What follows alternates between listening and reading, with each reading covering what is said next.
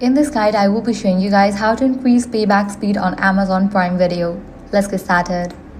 Whether you want to speed through tutorials, rewatch scenes quickly, or simply binge watch content more efficiently, this feature is really useful. First, launch your Amazon Prime Video app on your smartphone or navigate to the official website of Amazon Prime Video. Provide your credentials and log into your account.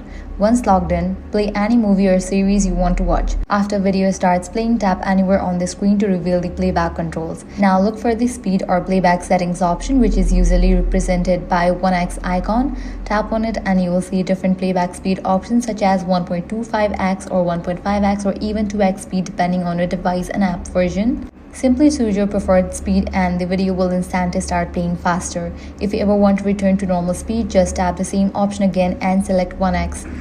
Keep in mind that playback speed controls may not be available for some titles or certain smart TVs and older app versions, so make sure your app is updated to the latest version. That's it. This is how you can easily increase playback speed on Amazon Prime Video. If this guide helped you out, do not forget to like, share and subscribe.